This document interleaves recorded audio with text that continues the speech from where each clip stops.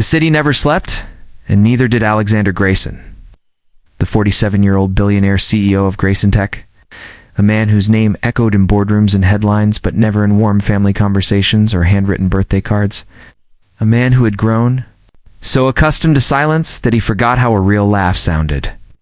A man who lived at the top of a glass tower yet hadn't looked up at the stars in years. He was the type who answered emails at midnight, who walked through airports without noticing the people, who built empires out of algorithms but couldn't build a conversation without rehearsing it twice. People said he had it all. But Alexander had been hollowed out by success, slowly, quietly, until the only thing left echoing inside was the hum of servers and lonely dinners. It was the week before Christmas when something in him, something tired, something invisible dragged him out of his glass cage and into the city streets. Not in his Rolls Royce, but on foot, in a long coat that didn't keep the chill from seeping in, wandering past holiday displays and blinking lights, searching for something he couldn't name. He passed by happy couples and street musicians, by children laughing in scarves and old men feeding pigeons, until he stumbled upon a small bakery nestled between a laundromat and a flower shop, its windows fogged with warmth, its sign barely lit, but alive with something he hadn't felt in decades' coziness. He entered, and the bell above the door jingled like an old friend calling his name. And immediately he was wrapped in the scent of cinnamon, cocoa, and freshly baked bread, the kind of scent that could melt away years if you let it. He sat at the corner table alone, removed his gloves, and ordered a black coffee from a teenage cashier who didn't recognize him, which was both a relief and a tragedy. And for the first time in months, he put his phone on silent and didn't check it even once. The bakery buzzed softly with chatter and clinks of plates. But at the center of it all was a little girl with curly hair tied in two bouncy ponytails, wearing a pink princess dress under a puffy winter coat and a plastic tiara that was missing. A gem. She was laughing, giggling, spinning, and holding a balloon shaped like a unicorn, and next to her sat a woman in her 30s, tired eyes but a warm smile, clearly her mother. And as Alexander quietly sipped his coffee, something in the girl's joy kept pulling his eyes back to her like a tide that refused to let go. After a while, the girl noticed him and froze mid-giggle, then whispered something to her mother and walked, completely fearless, toward his table with a cupcake in both hands and said, with the innocent authority only children possess, "Hi, Mr. You look like someone who doesn't have a family too."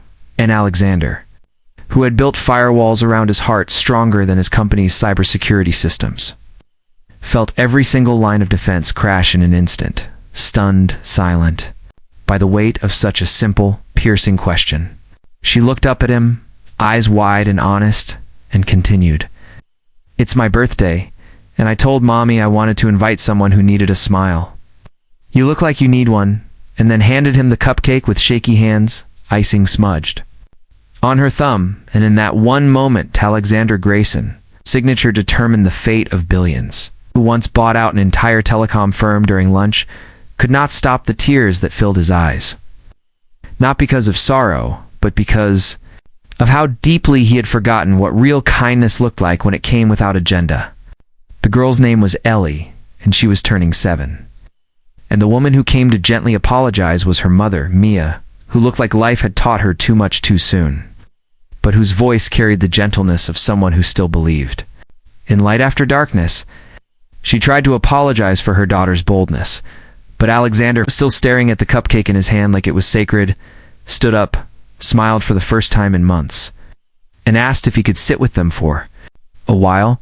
They agreed, a little surprised, and the three of them sat in that corner booth for over an hour, sharing stories like old friends who didn't need time to earn trust. Ellie told him about her dream to be a doctor princess so she could give hugs and stickers to people who were sad, and Mia shared how she worked 2 jobs to keep a roof over their heads after Ellie's father disappeared before she was even born. How birthdays were small but special, and how Ellie had insisted, this year, that they find someone who looked lonely like the snowmen with no hats. Alexander listened more than he spoke, drawn into the gravity of their sincerity, and when he finally opened up, found himself telling them about his own story. How he was orphaned at 12 after his parents died in a snowy highway crash. How he was shuffled through foster homes where birthdays were just extra chores. How he built his company not out of ambition but out of fear that if he stopped moving he'd disappear. He told them things no journalist ever printed, things no investor ever asked about, and they listened, not because he was rich or important, because they cared, in a way that felt old-fashioned and utterly priceless. Eventually pulled him by the sleeve and asked him to help her blow out the candles on her modest birthday cake. And as they sang together, his deep, unfamiliar voice blending with their off-key melody, Alexander realized he hadn't sung Happy Birthday since his own 10th birthday party, the last one his parents threw before fate took them away. When Ellie made her wish, she closed her eyes tight and whispered, "I wish Mr. Sad Eyes gets a family too," and that single sentence hit Alexander harder than any corporate collapse ever had. After the candles were blown and the cake eaten, they packed the leftovers in foil, and Mia kindly invited him to walk them home, which he did without hesitation. Through streets that suddenly didn't feel as cold or empty as before, they talked about little things, about Ellie's love for unicorns, about Mia's favorite old songs, about his first computer, and when they reached the apartment complex with peeling paint and flickering hallway lights, Lee turned and said, "You can come upstairs if you want." Mommy made hot cocoa, and Alexander, who had dined with presidents and eaten at Michelin star restaurants, couldn't think of anything in the world more valuable than that invitation. The apartment was small, one bedroom, decorated with handmade crafts and fairy lights, but it felt warmer than any place he had lived in years. Ellie showed him her art drawing of 3 stick figures, holding hands under a rainbow, and said, "This is Mommy, this is me, and this is the man with the sad eyes." But he's smiling now, and something inside Alexander broke. Not with pain, but with gratitude, with a realization that he had just been drawn into a family portrait made from crayons and unconditional love. As they drank cocoa from mismatched mugs and talked late into the evening, Alexander felt like time had slowed, like he wasn't rushing toward deadlines anymore, but finally arriving somewhere that mattered. When it was time to leave, Ellie hugged him tightly and said, "You can come to my next birthday too, or maybe Christmas, if you're still sad then." And Alexander promised her he would. It's not out of politeness, but because for the first time in decades, he wanted to be somewhere. That wasn't his office. As he walked home alone through the quiet city, holding the napkin-wrapped cupcake Ellie had given him, he looked up at the sky, really looked for the first time in years, and saw stars not as cold balls of fire millions of miles away, but as gentle reminders that even in the vast darkness, tiny lights could guide you home. Asterisk. Alexander could not sleep that night, not because of insomnia or overwork as usual, but because the memory of Ellie's small hand in his, and the warmth of their modest home clung to him like a blanket that refused to let go. And he stared out the vast window of his penthouse apartment, where lights of the city blinked below like silent Morse code, and for the first time in years he wondered what those lights meant to people who actually lived under them, not above them. And as dawn cracked over the skyline, he found himself writing a letter not to investors or legal teams, but to himself, a kind of confession about how he had let life pass him by in the pursuit of power, and how a little girl with frosting on her fingers had done more for him in 2 hours than 20 years of therapy or champagne galas ever could. And when the sun finally lit his empty living room, he knew he could not go back to being the man he was, and he didn't want to, so he canceled his meetings, told his assistant to clear his schedule, and dressed not in a suit but in jeans and a simple coat, and returned to the bakery where everything had changed, hoping maybe, just maybe, they'd return to. And by sheer miracle, there they were again, Ellie holding a notebook and drawing furiously as Mia sipped tea and talked softly on the phone. And when Ellie saw him, her whole face lit up, and she ran to him without hesitation, yelling, "Mr. Sad Eyes is back," which made everyone in the bakery turn and laugh. And Alexander felt a heat in his chest he couldn't name but didn't want to lose, and they welcomed him again this time, as though he had never left. And he sat down, and Mia offered him tea, and Ellie showed him her drawing, which now had 4 stick figures with a label that read, "Mommy, me, Mr. Sad Eyes, and Coco, our future dog," and he didn't know why that made his throat tighten so much, but it did, and Mia explained that Ellie had been talking about him non-stop since yesterday, and had even asked Santa in her letter to make sure he wasn't alone on Christmas, and Alexander promised her right then with a sincerity that stunned even himself that he would not be. And as the day unfolded, he learned more about their little world. How Mia worked at a local school part-time and cleaned houses on weekends, and how she used to be a dance instructor before an injury sidelined her. Dreams, and how Ellie had never had a Christmas tree because rent came first, and yet they smiled like they owned the universe, and he couldn't stop wondering how two people with so little could give so much, and he asked if he could take them out to dinner, not to a 5-star place, but just somewhere special to them, and Mia hesitated, but Ellie begged, and they eventually agreed, and so they walked together down streets strung with lights and found a tiny family-run diner where the owner greeted them like old friends, and Alexander felt something he hadn't felt since his parents were alive, the sense that he belonged. And over dinner they talked about everything: Ellie's school, Mia's love for baking, his childhood, memories of sneaking cookies from the pantry before foster homes stole away the taste of home, and Mia asked him gently why he never married, and he was quiet for a long time before answering that he never found someone who saw the man behind the success until now, and though he meant it generally something in Mia's eyes softened, and they didn't speak for a moment, but that silence was filled with more understanding than any words could carry. And after dinner, Ellie asked if they could see the big Christmas tree downtown, and so they went hand in hand, three people who had nothing in common on paper, yet everything in spirit. And as they stood before the towering tree covered in gold lights and glittering stars, Alexander knelt down beside Ellie and whispered, "Thank you for finding me," and she hugged him tight and said, "I didn't find you. I chose you," and those 5 words became a melody that echoed through his soul like a lullaby for wounds he didn't know were still bleeding. And the night didn't end there, because Ellie asked him to come decorate their apartment the next day. And he said yes before she even finished asking, and the next morning he arrived not with expensive gifts, but with boxes of decorations. Simple ones: glitter balls, tinsel paper, snowflakes. And they spent hours laughing as Ellie put ornaments in silly places, and Mia baked cookies that smelled like childhood, and he found himself on a wobbly chair hanging paper stars on the ceiling, while Ellie danced around in a Santa hat singing off-key. And when Mia smiled at him, her eyes tired but full of light, he knew he would do anything to protect that light. And as evening fell, he asked if he could come again tomorrow and the day after, and Mia said only if he brings marshmallows next time, and he laughed harder than he had in years. And on the 3rd day he brought a small potted tree, not too big, but perfect for the corner of their living room, and together they placed the decorations one by one, and Ellie made a paper angel for the top and named it Mr. Sad-Eye's Angel, and Alexander didn't even try to hide the tears this time, because they weren't from sadness, but from healing. And every day after that, he came back, sometimes with groceries, sometimes with puzzles, sometimes just with stories and laughter, and in the quiet in between moments he and Mia grew closer, not through grand gestures, but through shared glances, through washing dishes side by side, through comforting Ellie when she had a nightmare, and through sitting silently on the couch watching the snow fall and realizing they no longer needed to fill the silence because it was no longer empty.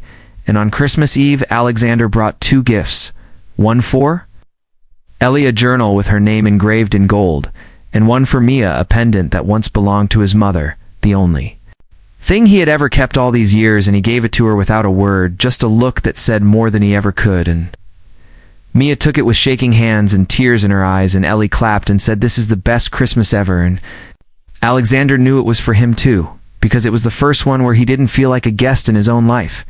And as they sat by the window that night, watching snow fall gently across the city, Ellie curled between them, asleep and peaceful. And Alexander whispered to Mia, "I think I'm ready to start over if you'll have me." And she leaned her head against his shoulder and whispered, "I think you already have." And in that moment, under the twinkling lights and beside the girl who saved him, Alexander realized he had finally found the one thing he never thought he deserved. Not love, not family, but home. And the best part is it had found him when he least expected it, in a bakery on a random Tuesday, wrapped in pink frosting and One little question that changed everything.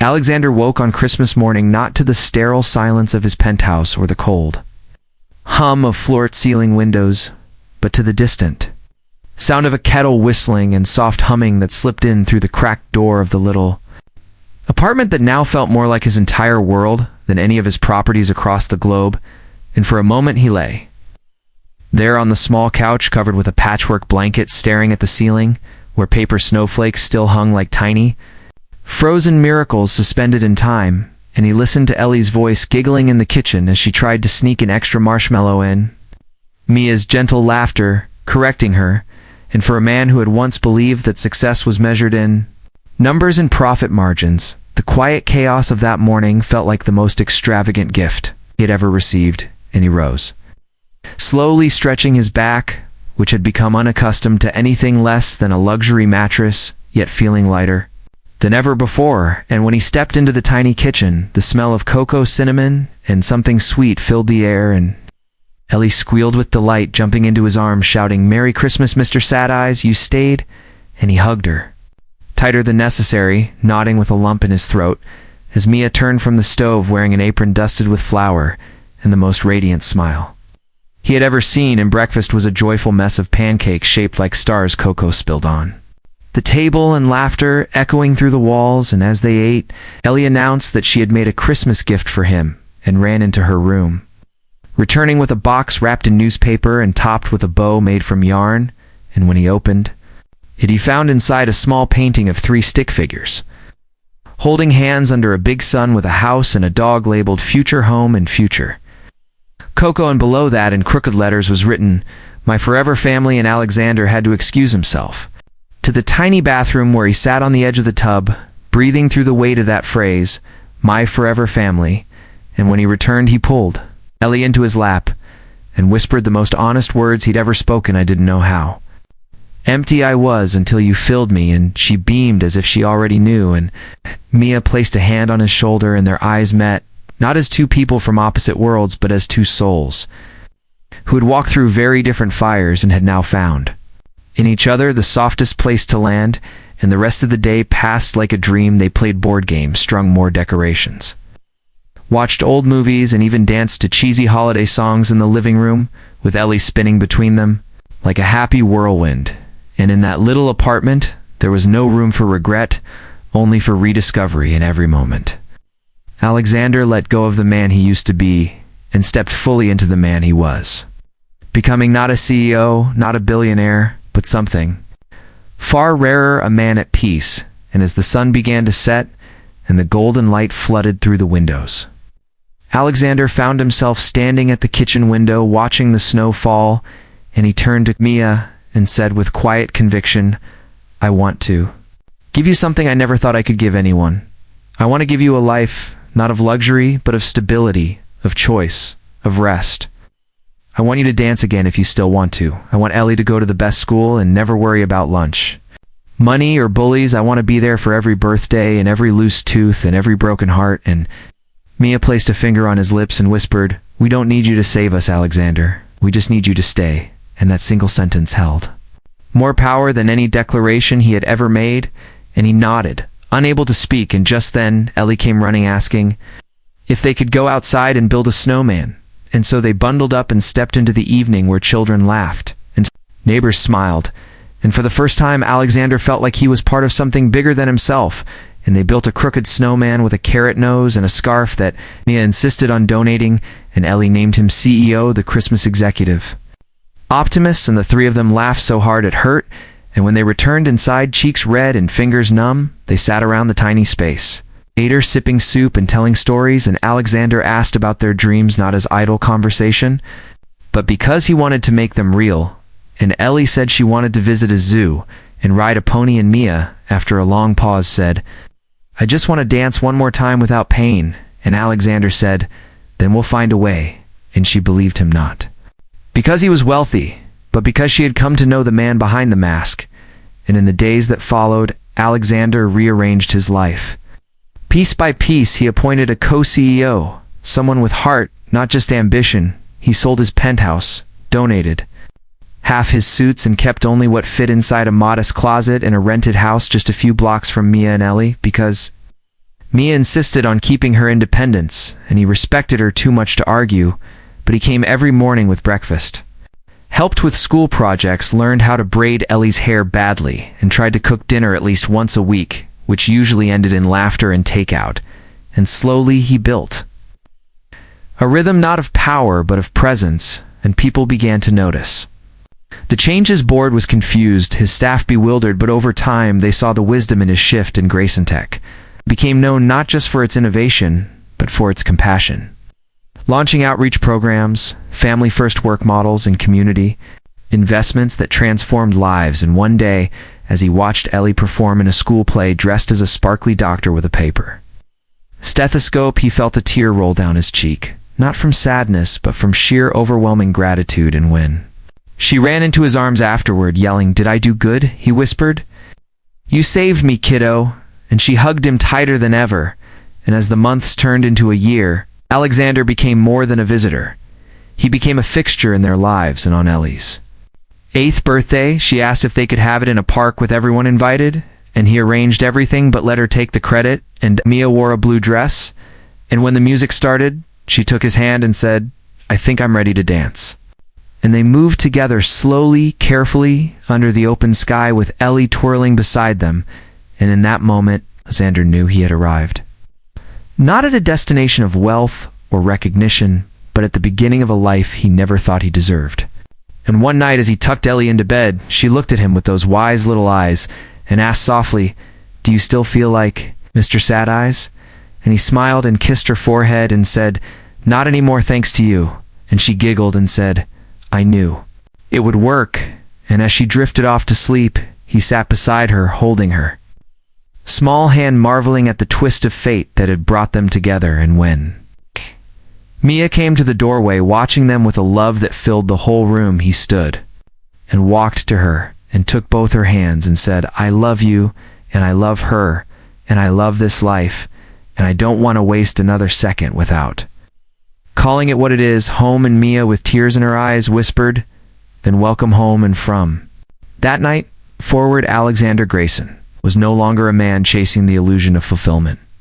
He was a father, a partner, a believer in second chances, and the question that had once broken him had now built him completely. And as snow fell once more outside their window, he remembered the little girl in the bakery, the cupcake, the invitation, and the simple question that had shattered its walls and rebuilt him with light. And he whispered into the quiet, "Thank you, Ellie, for asking what no one else ever dared, because in that question you gave me an answer that changed everything forever." Asterisk.